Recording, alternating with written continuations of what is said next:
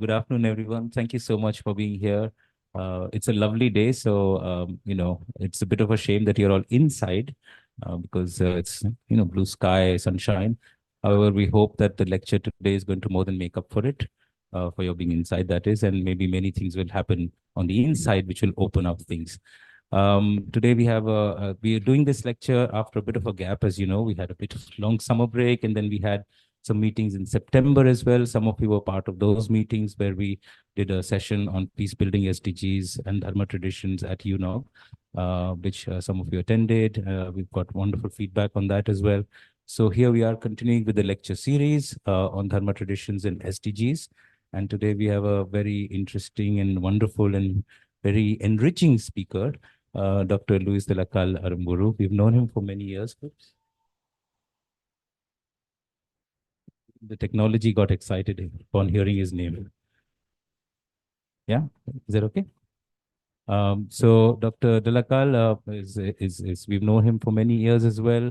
I'll read out a little bit of his very, very impressive biography just now in a second. It's impossible to remember all of that.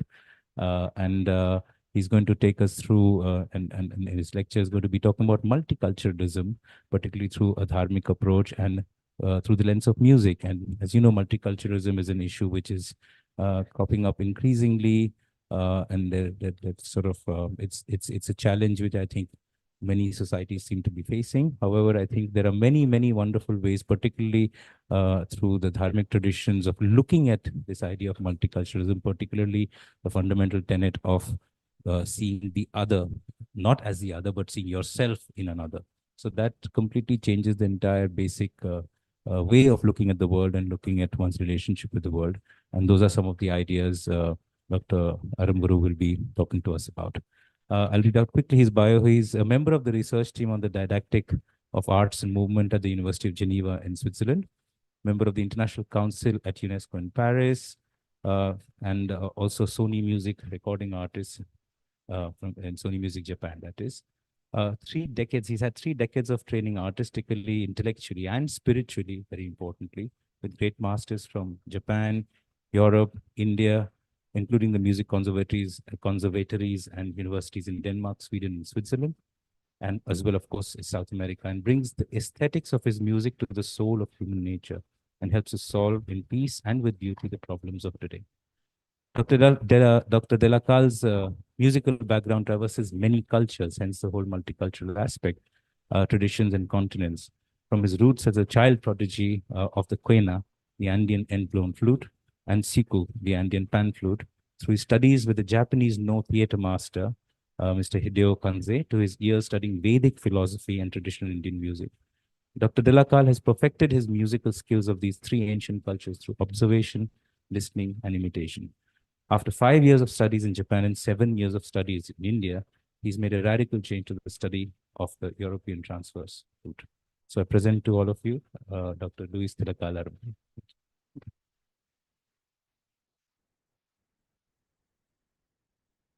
Thank you, Fran. Good afternoon, everybody. My name is Dr. Luis de la Calle. It's really in Geneva, after I did the defense of my doctoral dissertation in music didactics under the guidance of Professor Isabel Mili. Now is the second time I'm giving a lecture in Geneva. Normally I travel outside. So for me, it's really an honor to see many people. I didn't expect, Prashant told me, let's see how many people will come, maybe not so many, but it's full. It's a pleasure to be with you and to share my life experiences. So speaking with Prashant, first of all, Prashant, thank you so much to give me that honor to share my life experiences in your wonderful work you are doing at Dharma Alliance. And we discussed it, and I decided to present this title, which will be the foundation of my life experiences in 4 cultures. Building better multicultural society through music education. My PhD is in music education at the University of Geneva.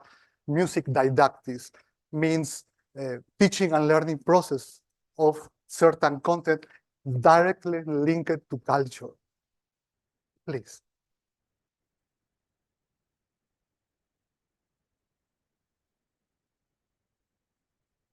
from a perspective of harmony, respect, and connectedness perspectives, which is the Dharmic approach, and how these cultures can contribute to live in peace in this chaos, excuse me, for the society that is living right now.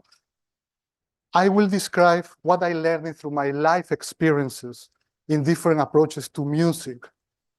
I am born in Peru. I was born in Machu Picchu, near to Machu Picchu. Culture from Japan.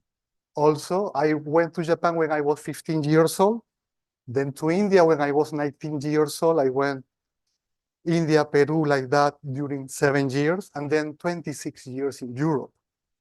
So I really had these deep experiences about music education and the approach of these cultures by being taught with the best, one of the best masters of these cultures. And therefore, I suggest that music is an effective educational tool to develop one whole personality.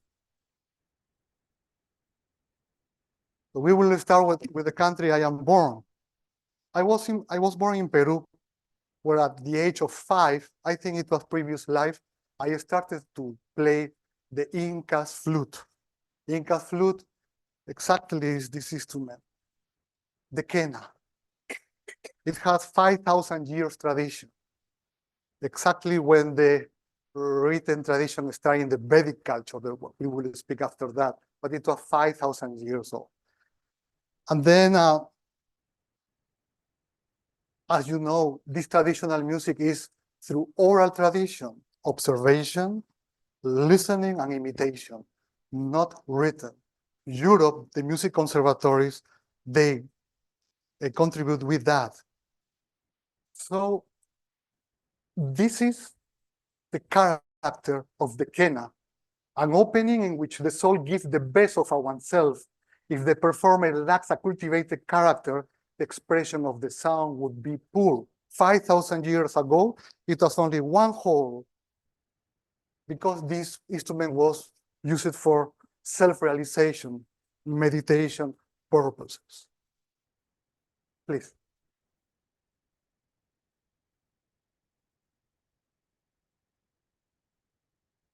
When I was 15 years old, it was the destiny.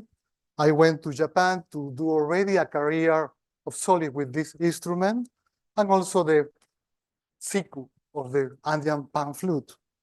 And by the destiny, I met Hideo Kanze sensei from the Kanze school from the 13th century. So he taught me how to integrate the Buddhist self-philosophy.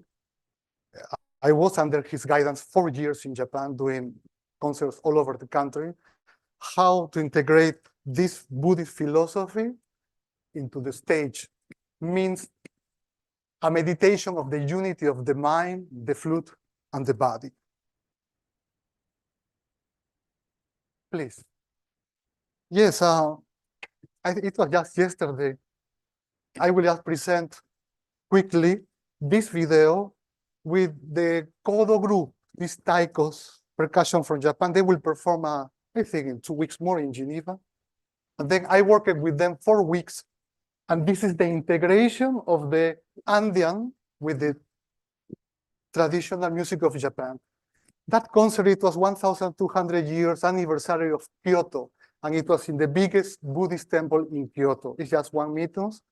It was my composition, played with Isao Tomita, one of the most innovators in composition in the history of music in Japan. Kodo, like 15 drummers, myself and my friend from Peru. Please.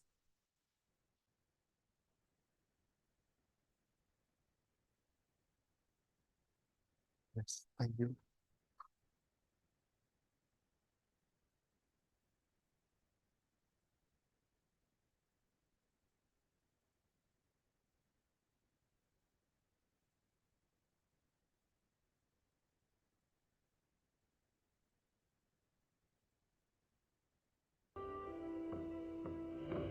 Um,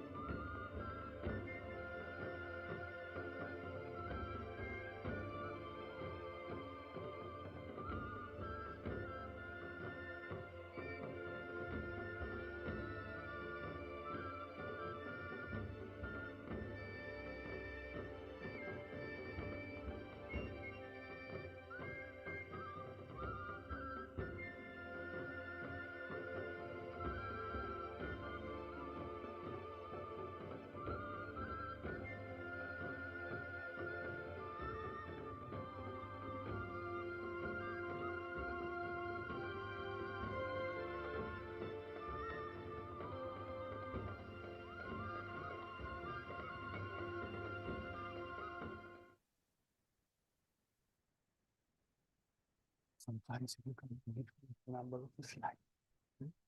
The number.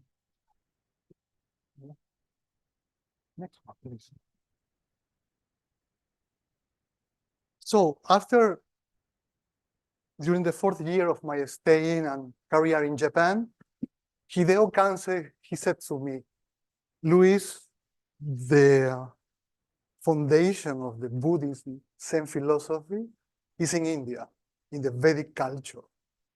Of course, this is a lot of discussions in Japan, but due to he was without politics and all these things, he suggests me go to India and then be trained in the Vedic way.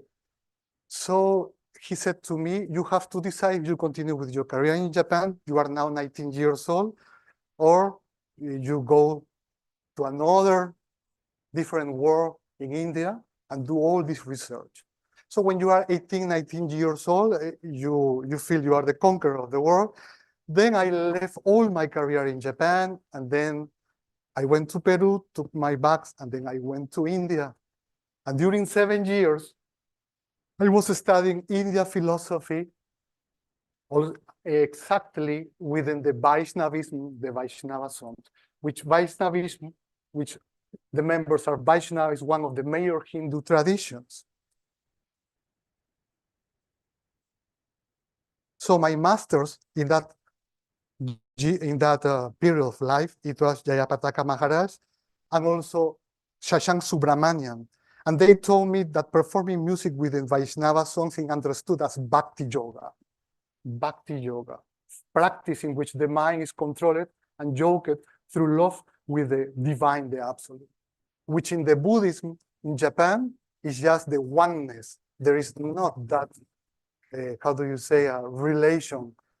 In Buddhism, there is not, how do you say, this individuality to have this relationship in this kind with the divine, which in the Indian, exactly the Vaishnavis, I learned that.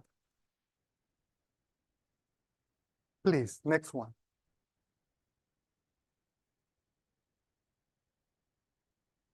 Of course, now I am just speaking very general. It's a huge subject, the Buddhism, traditional Japanese music, Andean music 5,000 years ago. But I try to condense it in 1 hour. I will try, so it's something very general what I will go through. So after 7 years being trained within the Vedic tradition, and I could tell you it was the most happy and amazing period of all my life, even when I did the PhD in Geneva, because musically, India music is the mother, is not comparison with the other kind of music. With all respect, this is my humble opinion, and the philosophy is, for me, is so deep and broad. And then after I decide to make a comparison between oral traditions, and then I got an invitation to perform a concert, and then I went to Denmark. For 3 years, I learned to perform the flute traversière, the transverse flute, the metal one, at the music conservatory in Denmark through the written traditions. And the change was radical. It was fidelity to writing, written scores, and normative knowledge, comparison with the other 3 cultures. Then, regarding this transverse flute, I would like to present next one, a video, next one. I am a teacher of flute at the Ecolam International School of Geneva. So you can, please, you can go ahead. I am the main flutist at the orchestra, we could say symphony.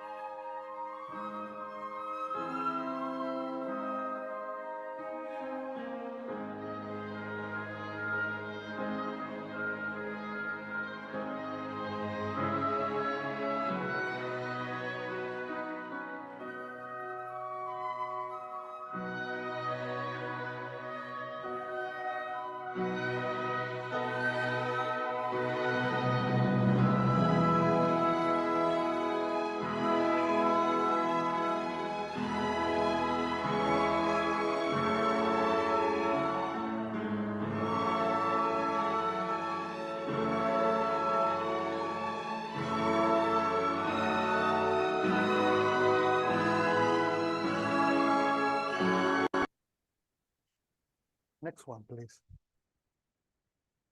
Then, when I was studying this transverse metal flute, I didn't like the sound. India and Japan, Peru is bamboo sound, which is related to the spiritual culture. But then I was very fascinated about this key mechanism is the Boehm mechanism from Germany. You use it in the oboe, clarinet, and the flute habersia. So I said, how may I get this bamboo sound from my culture, but keeping this key mechanism that you can play in 12 tonalities? You can see great Bansuri players like Shashank, and he's all my respect. He has to change because the tonalities. And then I said, how may I keep this key mechanism, but keeping the bamboo? Then I decide with a luthier, flute maker, to cut the head joint here. And this is the same. And this is the European. So the Asian world is connected now with the European Western. It's simple, but it works very well. After I will perform with it for you. So you go like this, and this is a clarinet, like clarinet.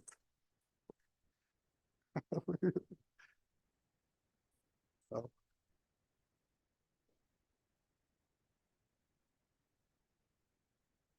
This head joint, yes, it will come.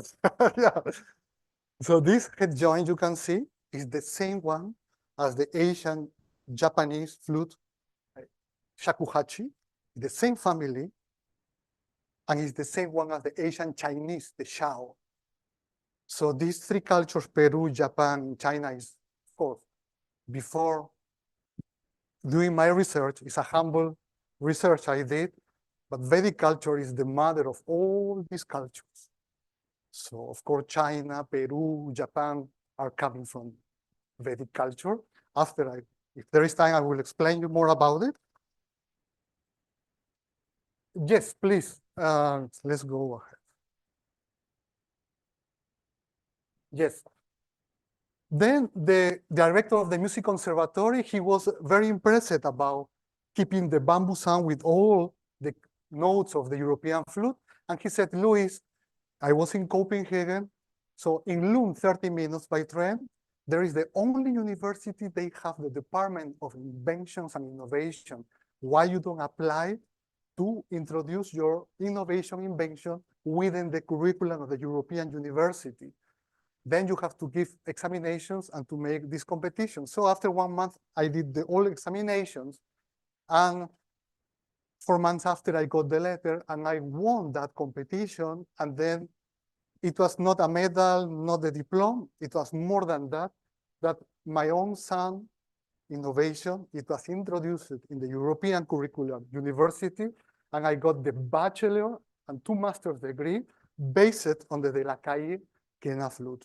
This is academically this achievement. Please, let's go. So, of course, and then going to all these cultures, I discovered 4 different musical traditions. And with Professor Isabel Milly, we did 5 years of PhD dissertation. It was an amazing, and very honored journey to come to this point. What is a tradition? 300 scientific pages. You will look it in 2 slides now. What is a tradition? Please, let's go. Yes. Please, before that. Yes. So with Professor Isabel Milly, we discovered that in the same oral tradition that we could look at that is simple. I observe, I listen, and I imitate you. But of course, academically, there are 2 musical spheres in the same oral tradition, which it is not only applied for Andean music, but also the Japanese, the Indian music, for any music Asian tradition. Please, let's go to the next one. As I shared with you, I did that dissertation. My doctoral dissertation led me to discover oral transmission practices, which are applied also for the Japanese and Indian one. And this is the two ones. Within the oral tradition, not written, of course, after they are published document, but the ethnomusicological approach and the popular folk music approach within the oral tradition. Please, let's go to the next one. So 5 years, this is the main conclusion at university. Tradition is not a museum object, but tradition is alive right now, which is in constant transformation. It's not 5,000 years ago, it's right now. Please, let's go. Okay, this is a very touching video. You have there 80 nationalities, children from International School of Geneva. And you will see after one of the results of my thesis that all the instrumentalists, they have to do their own instrument. It was not separated, that connection, music, and then I go to the shop to buy.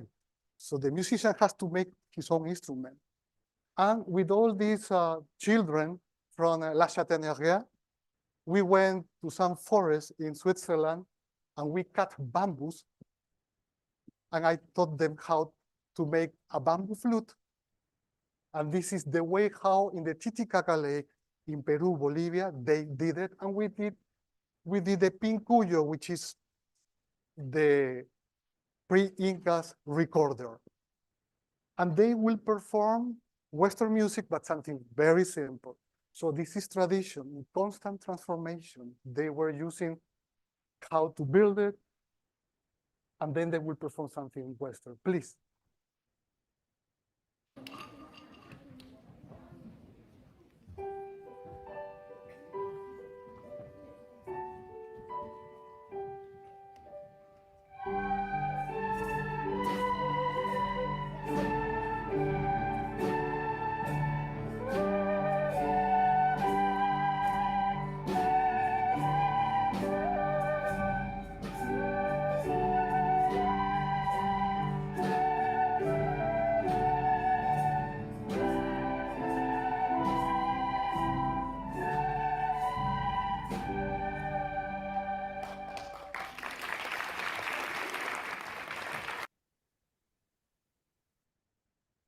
Yes. Now we go with this musical sphere, and I will perform for you the sounds.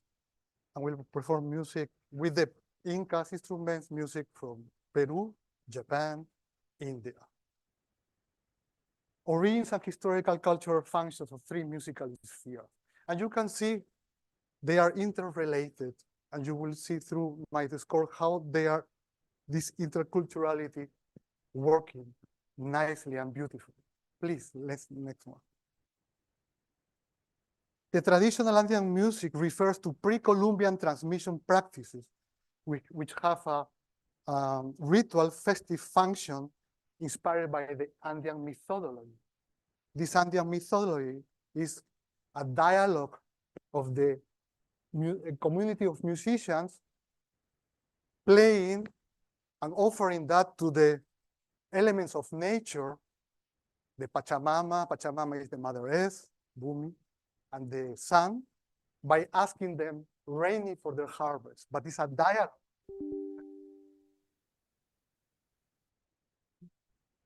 Yes, next one, please. So this is what I meant. I think something we cross each other. This is the life of the Andean music, what I explained. Next one, please. Yes, the original character of the quena. Engraved stones depicting a dance of the quena of the Patacamaya, the pre-Inca culture in Tiahuanaco, the Titicaca Lake, feature millenary teachings. Next one, please.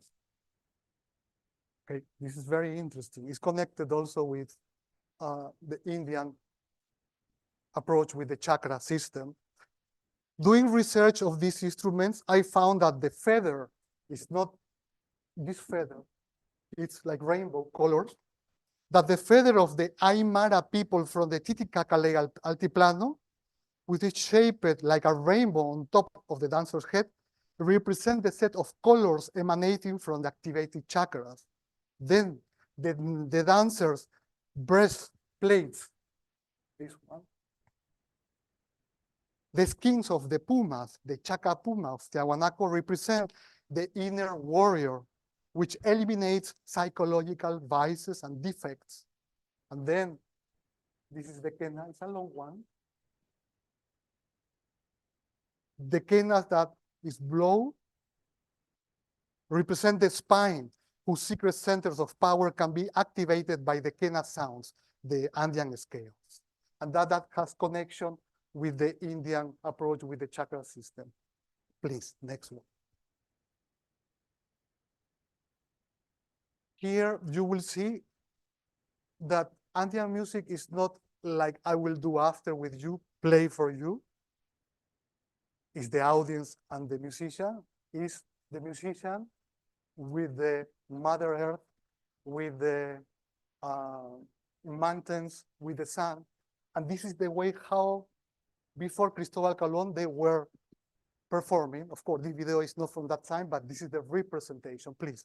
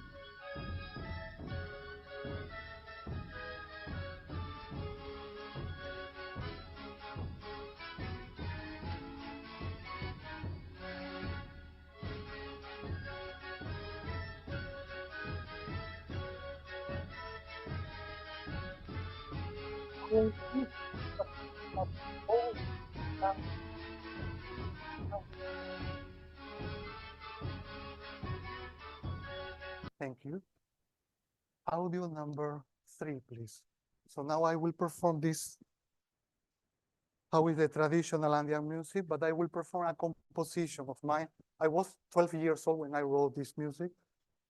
It was also dedicated to the mountains. I come from outside Lima, 25 kilometers in a valley. And then I will perform it with, of course, with the playback, and I will use this traditional instruments from Peru. This is the standard, but this is lowest instrument. And then the pan flute, this pan flute I will use.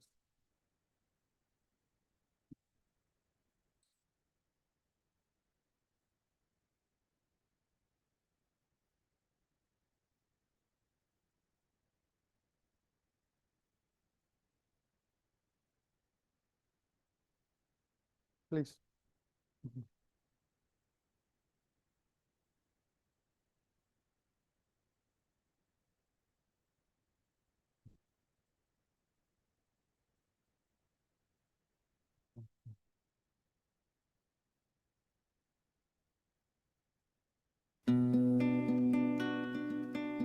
Yes, I will need a good sound because these instruments have like a trumpet.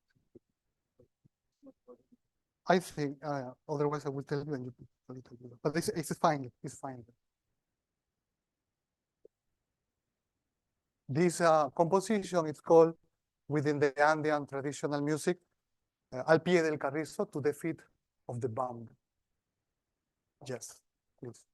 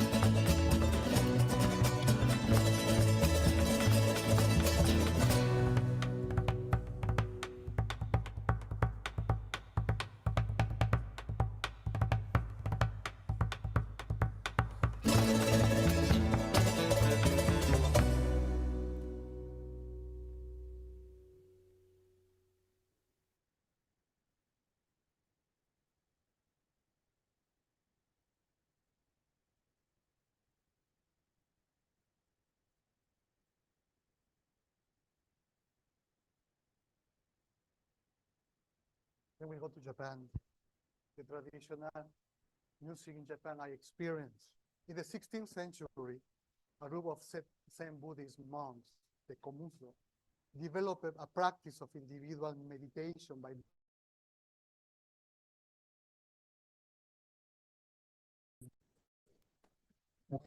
to attain spiritual enlightenment. Please, next one. This meditative music is inspired by the Buddhist philosophy of nirvana, or the negation of the individuality. And those are those monks who started the tradition with the shakuhachi. Yes. This is the way, in order not to have, this is what I learned with them, not to have the temptation of the world, they cover their eyes in order to experience only the sound and to have all the facility to go deeper in absorption, in samadhi of this meditation. Yes, please, I will perform now Japanese music with my Peruvian instruments, and with this flute invention is a 6. And if you could put it a little bit up, please. Wait.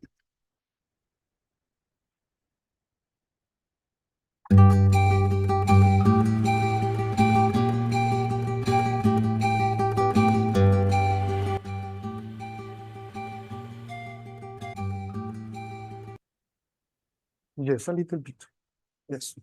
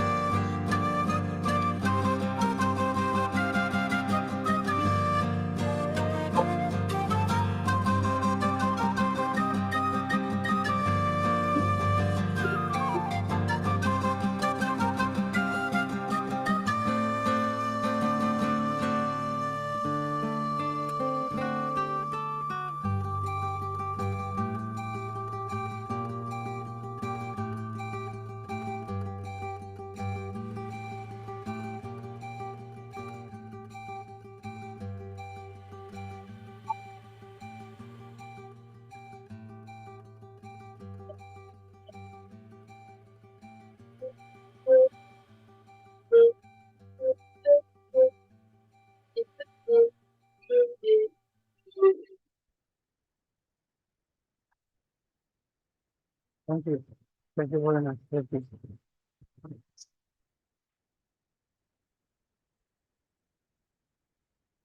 Yes, please, the next one, please. So Indian music is so amazing, broad. North music, North Indian music, the South Carnatic. But the destiny brought me to the Vaishnava song, Vaishnava music. And then I will present something I went through, my experience. Okay. The Vaishnava music has its roots in the Samaveda. Veda, as you know, is a Sanskrit word, means knowledge. A vast collection of verses, verses Sama. And this is the musical version of the Rig Veda, set to melody and sung by singer priests. Please, next one. Through Vedic culture, musical sound and its profound theological significance led to Nada Brahman, or the sacred sound, as the linguistic word and non-linguistic sound, instrumentals, or music. Next one, please. Shashank Subramanian, I studied with him Carnatic music, but not on the Bansuri, in the Inca flute. And this is the integration, how we can, how do you say, collaborate with other cultures as a part of the multiculturalism. Shashank Subramanian, he taught me that when the voice or the performance of any instrument is perfectly trained with all the 7 notes from the Western or in the classical scale, we will discover that these notes are vibration of only one note, which is Nada Brahman or Om. Next one, please. Nada Brahman, in the highest personal manifestation, is known as the form of Vishnu, which was passed on later Vaishnava works such as the Vaishnava Padavali. Next one, please. This is a picture about the Vaishnava music tradition 500 years ago. Yes, and then I will perform a melody from the Vaishnava music. Exactly. This is written by Bhaktivinoda Thakur, a fantastic prolific philosopher, writer, and poet. This song is called Mamana Mandire. The official name for this song is In the Temple of My Heart. You can see all connected, Peru, Japan, and this. So I will perform in the, not in the Indian way, I mean musical, but the South American ancestral way. Mamana Mandira by Bhaktivinoda Thakur. Just a cappella solo.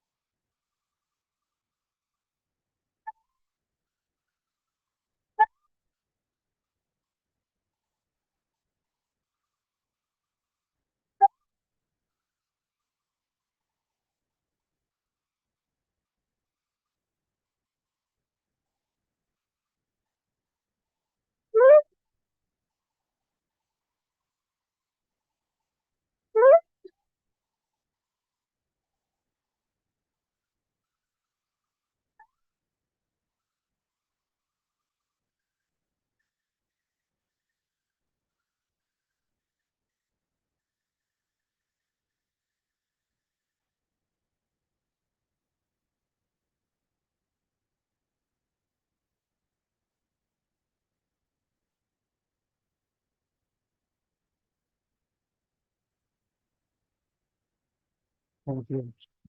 Good. Good. Next, yes. Uh-huh. The effects and the precise repetition of the rhythm, talas, scale, ragas, with forms between the notes and rhythm, which were sung along with mantras, awake persons higher levels of consciousness by acting on the internal personality and transforming its sensibility, way of thinking, and the state of the soul, even one's moral character. Please, next one. So this is all traditional music, which also is oral. Now we go to the ethnomusicological approach, which is the aims to rescue, preserve, and restore forgotten transmission practices of traditional way of performing, but through a scientific discourse. Next one. And you will see a video how Pancho Valdivia from Chile, he's an ethnomusicologist. He was graduated from Lausanne. He is transmitting the way to play the Inca flute through, of course, it was going to be in Spanish, unfortunately, but he will use all these elements of the Andean cosmovision with a scientific discourse. That it was part of the videos I observed for my doctoral dissertation. Please.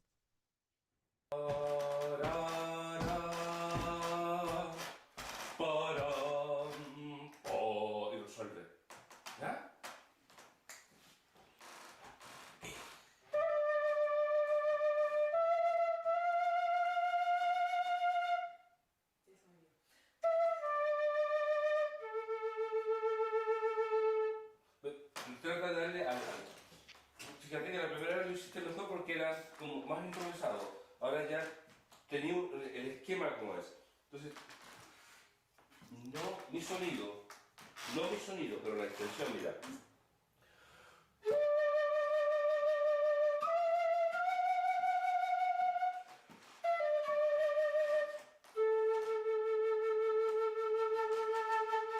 ¿Ves? Es como que el la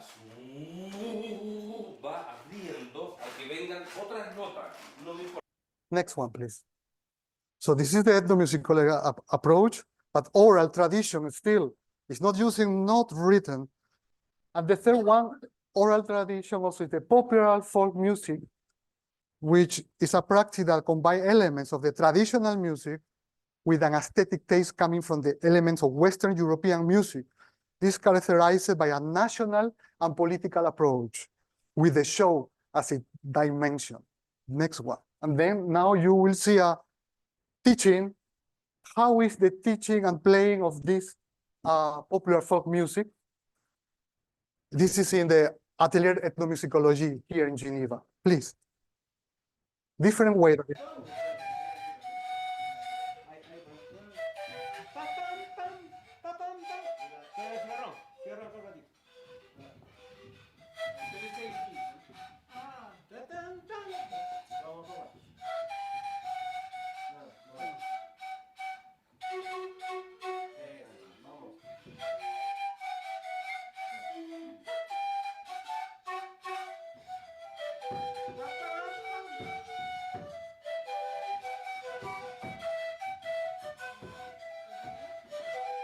Next one, please. Then something to share with you, the result of my dissertation. What is the didactic characteristics of the teaching learning processes between oral and written tradition? Next one, please.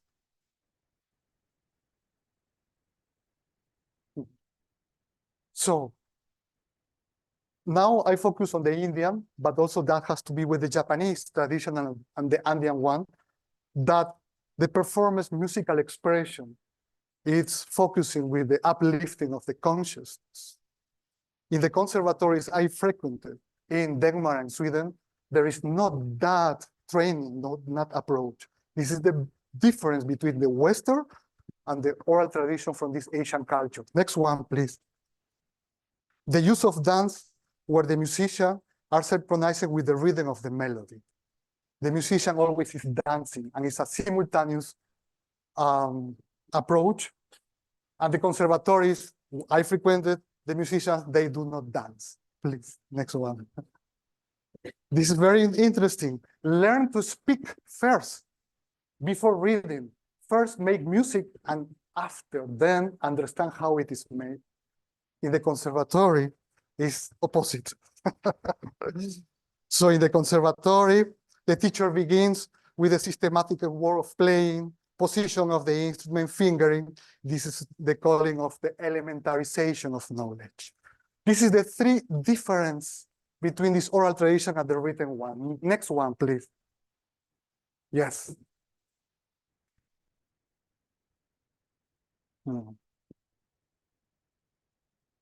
Yes, exactly. The ancestral, they use it to understand and experience their cosmovision. Of course, Bach, in those times, they were using also this communication with God, with Jesus, yes? But nowadays is disappearing that with the cosmovision, but this is mainly the use of music in oral tradition to understand the cosmovision of the Japanese, Peruvian, and the Indian. Next one, please.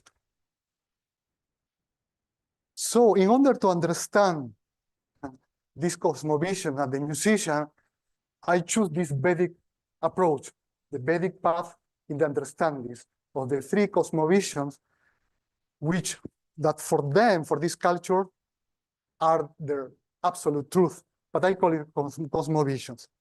Please, next one. This is the Andean, excuse me, it's called the Karma Kanda. Karma Kanda. And this is amazing, all this interaction. This is what all these Andean pre-Inca musicians, they were doing to communicate with the sun, with the Mother Earth, to ask for rain by playing like some kind of meditation, rain for their harvest. This is the Karma Kanda, what in South America they did, but within a Vedic approach. Next one, Dhyana Kanda.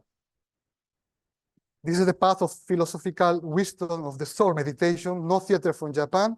One can attain the knowledge and the enlightenment through meditation. And it presents these two aspects of the spiritual soul, emptiness and formless. This is mainly what I went through in my life from this Vedic approach about the meditation perspective from the no theater from Japan. Please, next one. Yes, the Kevalananda Kanda. This is I went through in India. This is the path of internalization of the knowledge of the spiritual souls in one's heart to awake love towards the divine as the supreme personality of Godhead by understanding and experience an attitude of spontaneous and unconditional love. This is called Bhakti Yoga, taught and expressed where I went through in the Vaishnava music, through the ragas, tals, and the mantras and lyrics. Please. Would you please prepare the video, The Piece of Love? So this is, I finished my presentation. While reflecting on the practices of transmission I present to all of you, I argue that a person's activities, including the musical activity, should be oriented towards the uplifting of consciousness in order to have this universal approach with the other cultures. Of course, as you know, sound is a universal approach. The music of this culture is a model for today's society, wherein the character building takes priority. In this case, by having this harmony, respect, and interconnectedness between this culture, which represent the Dharmic approach, it contributes and perspectives on overcoming the challenges the world is facing today. For me, for my research, music specifically is a wonderful and universal tool to educate a person about human values and spiritual principles. And I will present my students 10 years old. I taught them to compose music oral tradition. And all what I was presenting here, you will listen to their lyrics, to their singing, and to their playing. They are 10 years old. Please. I mean,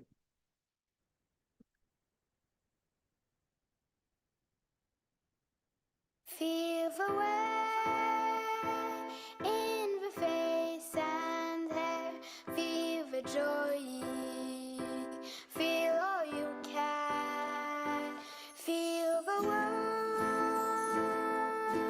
just where you need it to have peace. For sometimes you have to get off my head, feel the joy.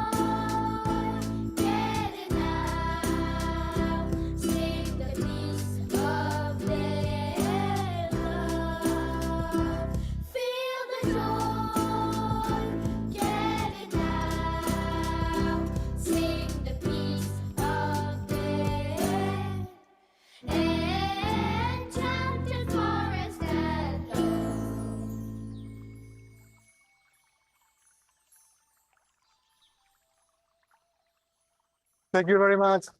Thank you. Thank you. Thank you.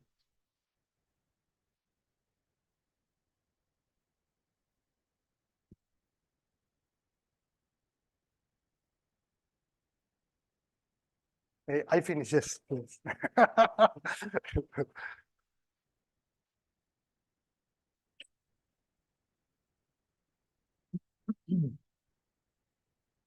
Wow, what a presentation today.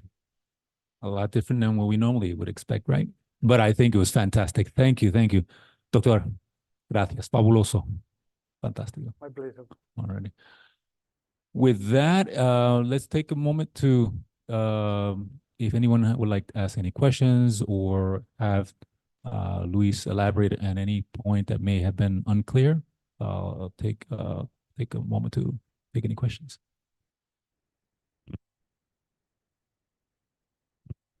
If not, Luis. Oh, okay. Okay. First of all, magical presentation. Thank you so much. It was really very nice. Very, very beautiful presentation. I've just got one small point to make because Yes. I do come from India, Yes. the south of India. I am a Vaishnavite and I also belong to the Samaveda that you talked about. So I'm very proud when you talked about it. My only observation is when we do all these mantras, Yes. they're all oriented towards God. So Yes. there is a religion which is behind it, Yes, sure. and all the words, they relate to God. Yes, sure. Now, the same music, when it's played on an instrument, Mhm. there are no words. Exactly. So it becomes universal, much more universal. Yes. So my question is, when you're talking about music, Yes. when you make it intercultural, Yes. should we be removing the words from all these mantras and all those religious parts so that the other religions can easily adapt and appreciate it? Thank you. Thank you very much.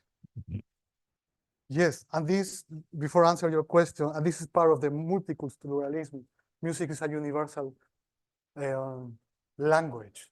As you know, from the Vedic perspective, sound started the whole creation, material and spiritual. And this is universal, and how we can, so many cultures, interrelate each other with peace, understanding, respect each other through this approach. So, coming to your question. When I came here, Prashant told Mr. Amol, this is Luis, and he did a Gita Govinda album. And then I will answer for that.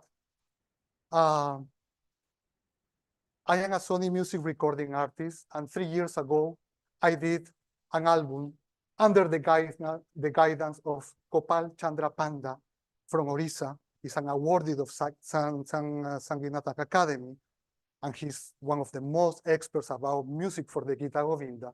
We did a collaboration to make an album with 8 Ashtapatis. Sony Music released it worldwide. And why Sony Music Japanese, they are more like this, sorry, more like this. Why they release it is because of your question. I did not present it only with traditional Indian instruments.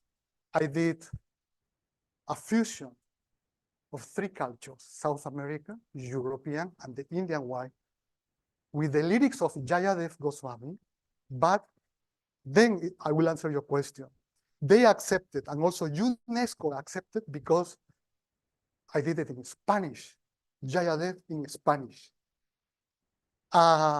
So, for the perspective of the Western world, if we can use not only Sanskrit, because we know Sanskrit has a tremendous power, but if we can use a universal language in lyric, which is English, this Spanish is the second most spoken language in the world, I think it will be more, how do you say, attractive for the Western world to introduce the wonderful meanings or lyrics of Vaishnavism or the lyrics from the Vedic culture by using other languages which are more near to this Western culture. This is, I could tell you in my own experience, UNESCO and others like Sony, they accepted because we did it in Spanish. I wanted to do it in English, which is more universal. I have the video there. Maybe we can, would you like to hear it, the Gita Govinda in Spanish?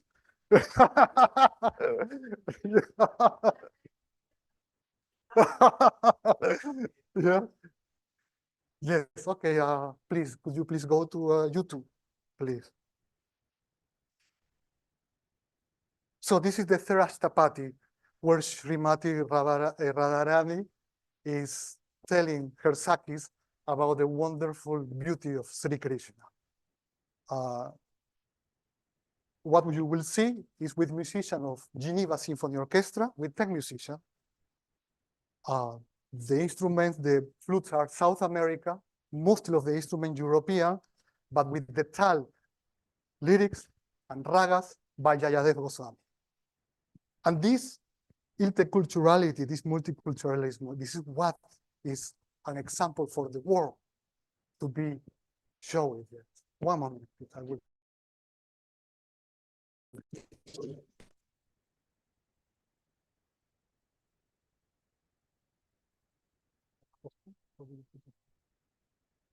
Yes, yes.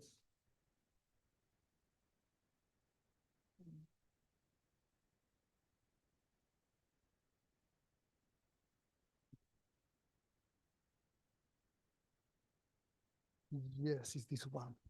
No, this one, the first one. Wait a little bit. We can turn off the lights, please. So you will see. Just put it big. So, excuse me, yes. I call it Shams Beauty. It was released worldwide 2.5 years ago by Sony Music International, Japan. Please, go ahead. Big in Spanish.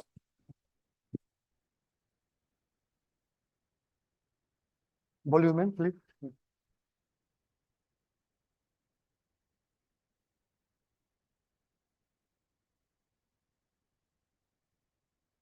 No volume.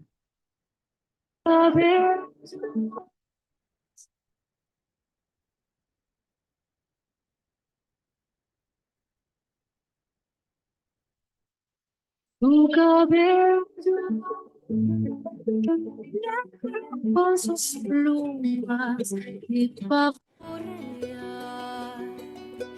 de mi dulce mozo es como una espesa nube negra rodeada por un colorido arco iris. Yo no puedo dejar de pensar en mis llamas sombra, porque es mi alma el tocar su flauta mojada. De sus labios brota su música, dulce como el panto, flores de braya.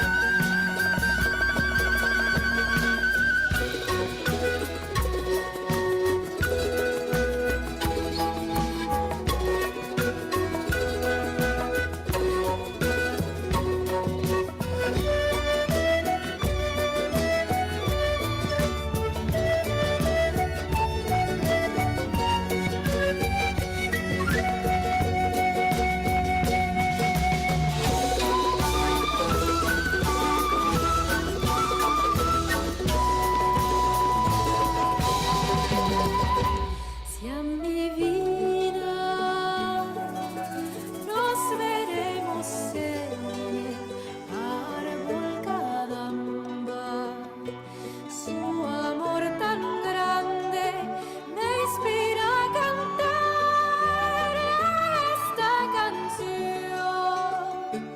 Cupido me sumerge en mucho amor, príncipe mi amado, mi dulce amor, mi hermoso joven, es mi llama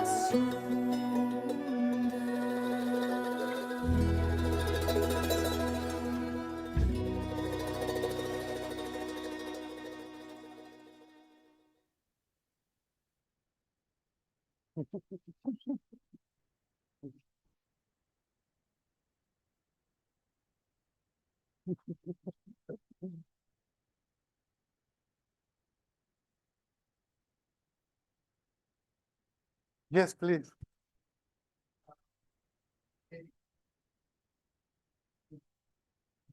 Culture.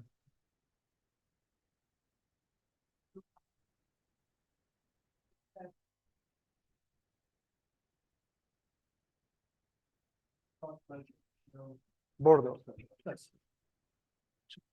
Hi, sorry.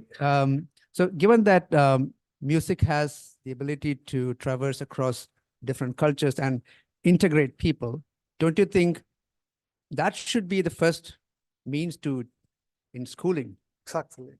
So what we're doing is completely wrong. Then. What they are doing is wrong. No, what we are doing I, as a society is Yes. completely wrong because clearly what we are doing is not Okay. working. yes, I think, please correct me, in Switzerland, the law, it is sports and music like the main subject for the curricular primary school. Is it like that? I heard that from my colleagues. It's one of the main two subjects, sports and music. Just- Yes. Yes.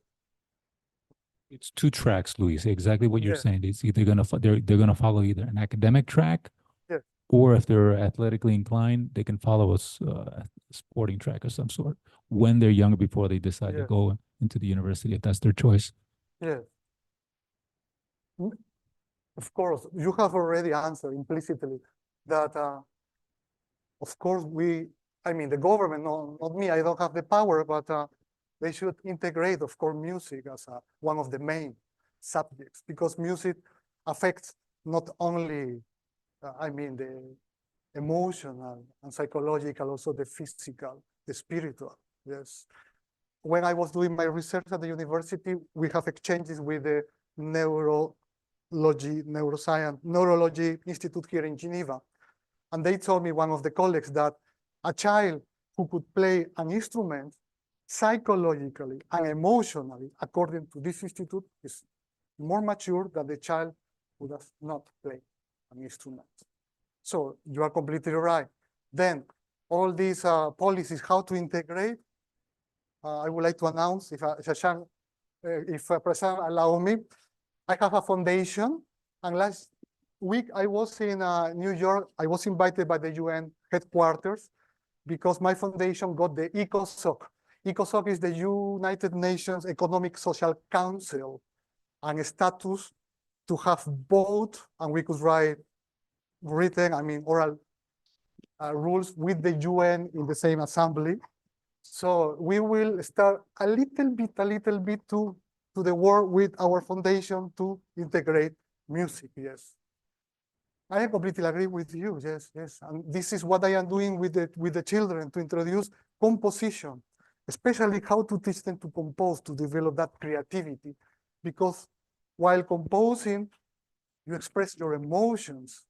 I start with emotions, and this emotion, when the child starts creating melodies and lyrics, then that is stuck in their heart for the rest of their lives.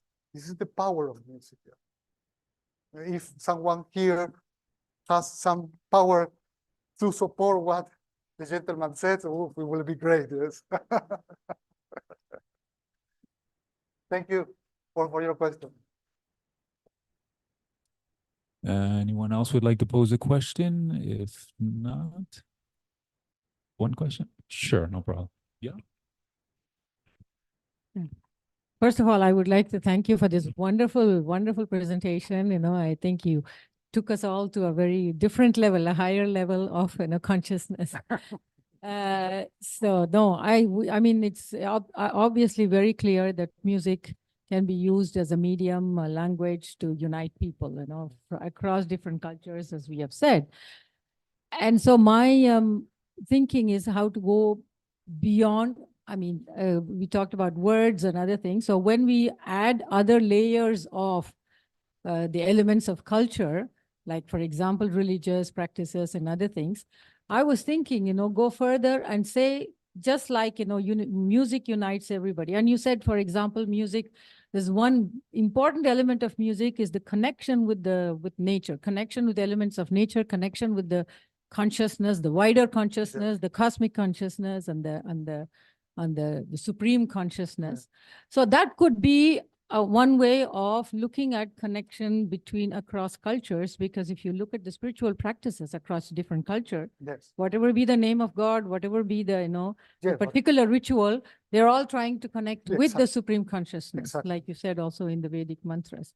So that connection with the supreme, connection with consciousness simply could be one way of also trying to integrate different religions and try to find the commonalities and go ahead with this kind of methodology. No? Exactly.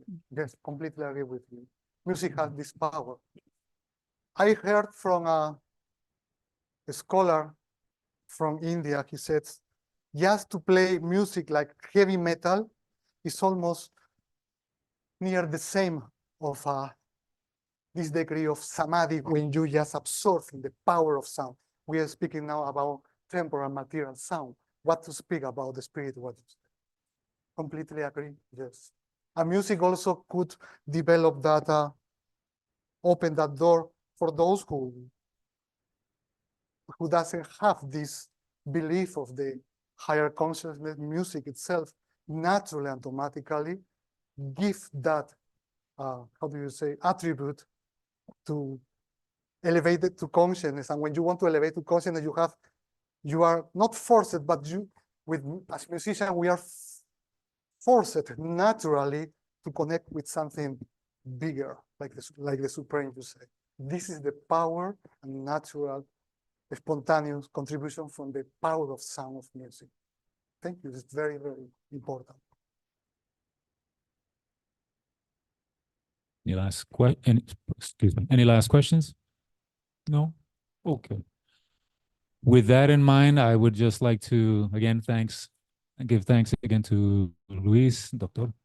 Perfecto, como siempre, gracias. Nada. A few things. First up, I would like to always remind everybody, this is a big collaborative effort. And of course, we have a committee behind all this. And I want to thank all the members who have participated, aided, and of course, given input. And in particular, our tech person who has been fabulous today, helping us out, Amor. So great job today. Fantastic. Thank you. Obviously, this is an ongoing project, initiative, and effort that we've created over here in Geneva. But for those who are brand new to this, please share your name, number. There's a sign-in sheet at by the window. So if you can just share your details, please, we'd appreciate it. So that way we can go ahead and give updates wherever we can and keep you informed. Regarding our next presentation, we don't have anything definitive yet. Soon we will have something put together, and you will know either by direct mail or by checking out our website. So stay tuned. Something good will happen. All right. Thank you very much and have a great weekend. Thank you.